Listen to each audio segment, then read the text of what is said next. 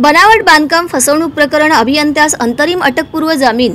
बनावट बांधकाम परवाने मंजूर करून महापालिकेची सुमारे 2.5 लाखांची फसवणूक केल्याप्रकरणी सहाय्यक अभियंता शिवशंकर बळवंत घाटे वय 56 राहणार रेवणसिद्धेश्वर मंदिराजवळ यास अतिरिक्त जिल्हा व सत्र न्यायाधीश PS खुने यांनी अंतरिम अटकपूर्व जामीन मंजूर केला।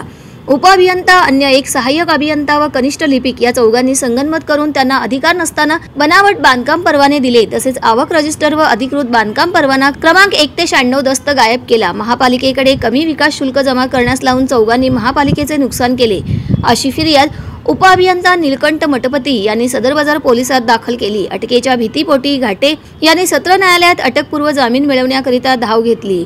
महापालिका आवारात प्रवेश करू नये, कोणत्याही कर्मचारी व अधिकाऱ्यांना भेटू नये या अटींसह अर्जदाराचा अंतरिम अटकपूर्व जामीन न्यायालयाने मंजूर केला। यात सरकार पक्षाचे म्हणणे देण्याकरिता 3 सप्टेंबर ही तारीख नेमली आहे। यात घाटेतर्फे advocate Prashant Navgire, advocate Ganesh Mashal, advocate Shripad Deshak, advocate Siddharam Patil हे काम पाहत आहेत।